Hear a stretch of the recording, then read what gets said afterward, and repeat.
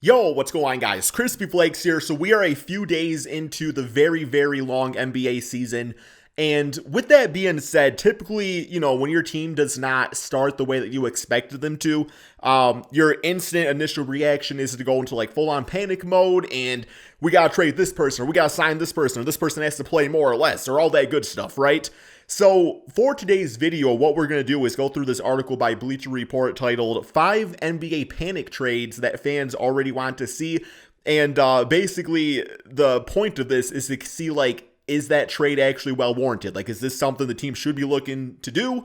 Or are they going straight on into like panic mode and overreacting by trying to pull off a trade, right, man? So before we get going on this video, if you guys don't mind leaving a like, trying some new type of content here on the channel with just trying to go like podcasty type of mode. If you guys do like it, man, leave a like so I know you enjoy this type of content. And of course, subscribe if you're new to the channel. And yeah, man, the point of these videos too is to just kind of have something that you can kind of like put on while maybe you're busy doing something else or something. So as far as like visuals go, I want to keep it pretty minimal because this is like its own thing. You know what I'm saying? So yeah, man. So we got 5 panic trades that fans already want to see. Starting with the first trade. And this trade right here involves the OKC Thunder and the Sacramento Kings. So this is the trade of OKC receiving Marvin Bagley and the Sacramento Kings receiving a 2023 second round pick and a $11.3 million trade exception, obviously to make things work with the OKC Thunder because they're not actually giving up a player in this case. And as far as this being a overreaction, I would say this is more so like a long overdue because Marvin Bagley and his agent were told at some point that they were going to try to they were going to have Marvin play more and try to up his trade value and he was going to be part of the team and stuff like that. And as you guys recently heard, that's all a lie. Like, he's not going to be part of the rotation of the Sacramento Kings.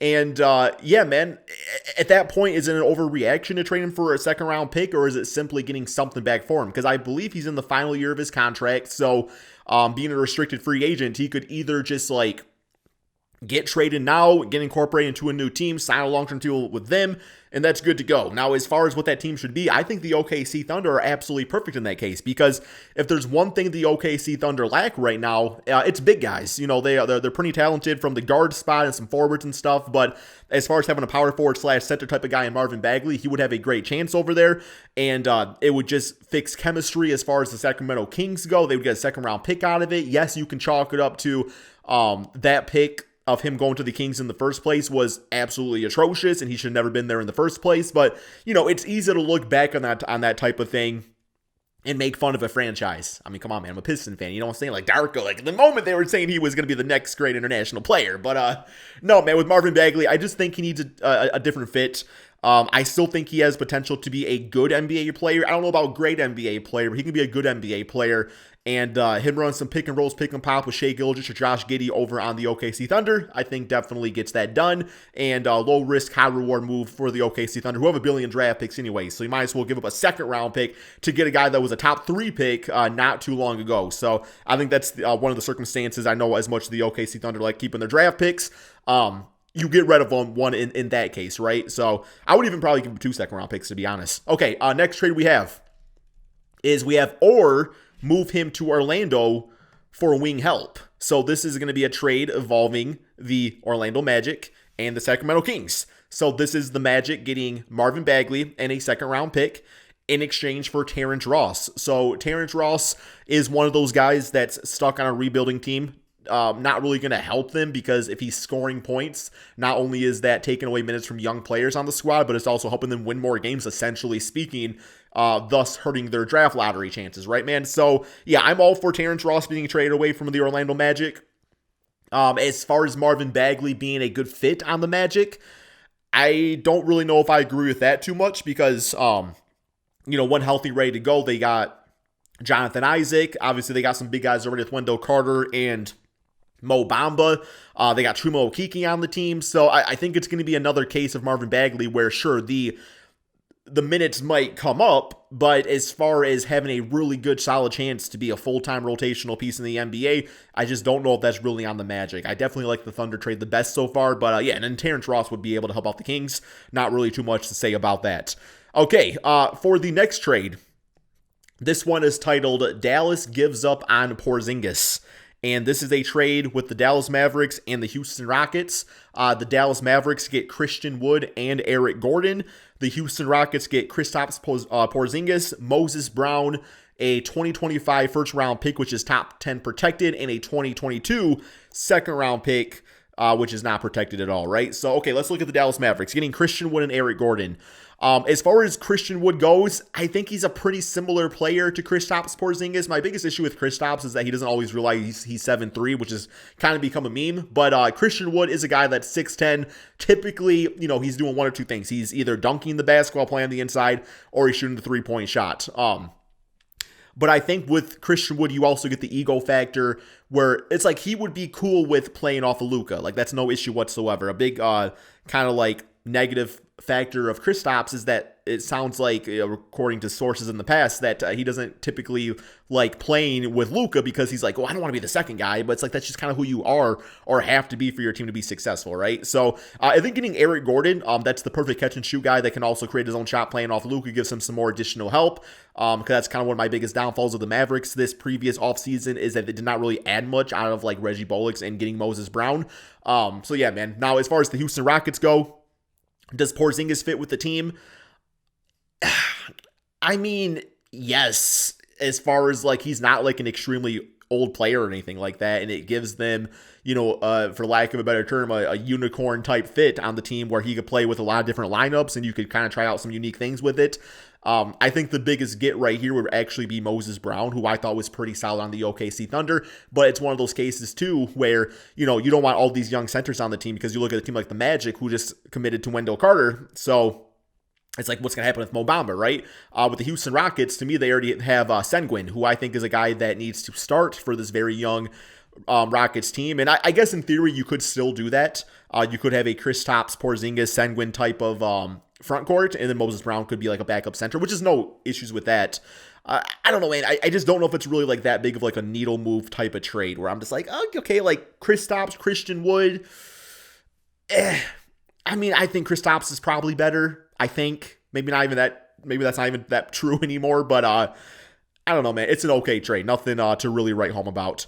Okay, next up, we have a trade. Ooh, man, this one's interesting.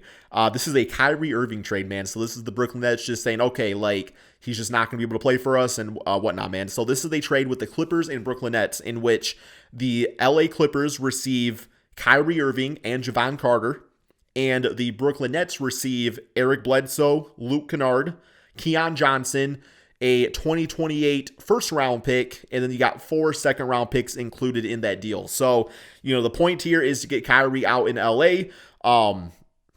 Although I'm pretty sure, like, as far as, like, the mandation goes, I think LA has the same exact rules as New York, so I don't really know if that works, if that's the issue. Because at that point, it's like, that's why Kyrie's not playing with the Nets, right? Because obviously he's not eligible to do that based off the rules of the NBA. So I don't really see why the Clippers do this at all either.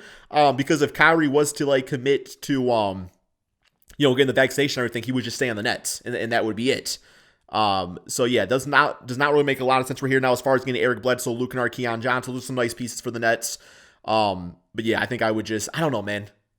It's interesting because it's not really a basketball thing in this case. Because just Kyrie would just be playing then, right? And they would not trade him away. So yeah, that one does not really make too much sense to me.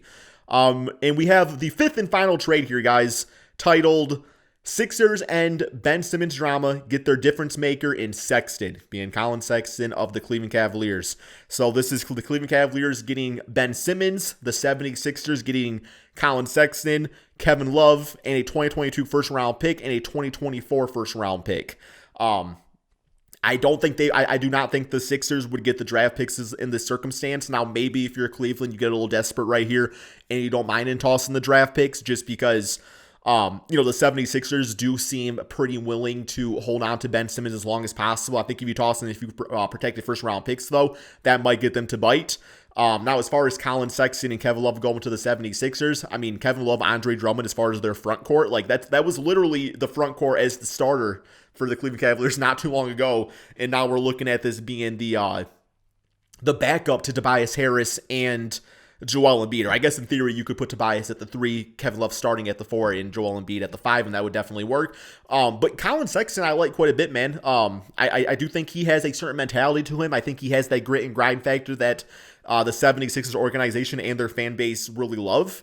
And I like the fit a lot, man. I think it would be interesting. And not to mention, too, Colin Sexton, he doesn't need to get paid after this offseason, so that's something to consider. But at least for this season, Kevin Love's contract is basically the same as Ben Simmons, I believe. So, yeah, eventually Kevin Love can be gone because I think he only has a few years left on his deal, and that money could go towards Colin Sexton. So financially, it kind of works out, and it gives them a little 1-2 punch coming to the 76ers, man, to finish off, or to, I guess, really to start off this NBA season, right? And then for Ben Simmons, the fit's not the greatest because they already have Darius Garland, and I think it's the same circumstance with Ben Simmons where it's like, if Ben Simmons is on your team, you probably want the ball in his hands because offensively speaking, I don't really know what he can give you playing off ball because his biggest assets are his playmaking and his defense, right? And the ball's not in his hands. He's not making plays for others, right? So unless he goes like the Aaron Gordon route of the Denver Nuggets and, uses more athleticism and plays as like a slasher and everything. But can you guys imagine a lineup of Ben Simmons, Lauri Markkanen, Evan Mobley, and Jarrett Allen? Like, that's insane. That's 4 7-footers on your team and your starting 5. So I kind of want to see it just for that. But as far as team fit goes, it's not a great fit for Ben Simmons. Now, maybe for the Cavaliers and Colin Sexton doesn't want to be there, you're not going to get him back, then yeah, maybe you pull the trigger on it because these picks are protected at least. But I'd be a little wary of giving up the draft picks though, man. But then again, Ben Simmons would be there for 4 seasons. His contract's already signed, so maybe you can do something with that. I'm not really sure. But that's all we have, guys. Those are 5, just panic trades for the NBA. You guys go in the comment section below and give me a trade that you think would just be in absolutely panic mode. Let's say Cade Cunningham for LeBron James and Anthony Davis. That sounds pretty good to me as a Pistons fan. But that's all we have, guys. Thank you all so much for watching. Hopefully you guys enjoyed this type of video, and peace out, my friends.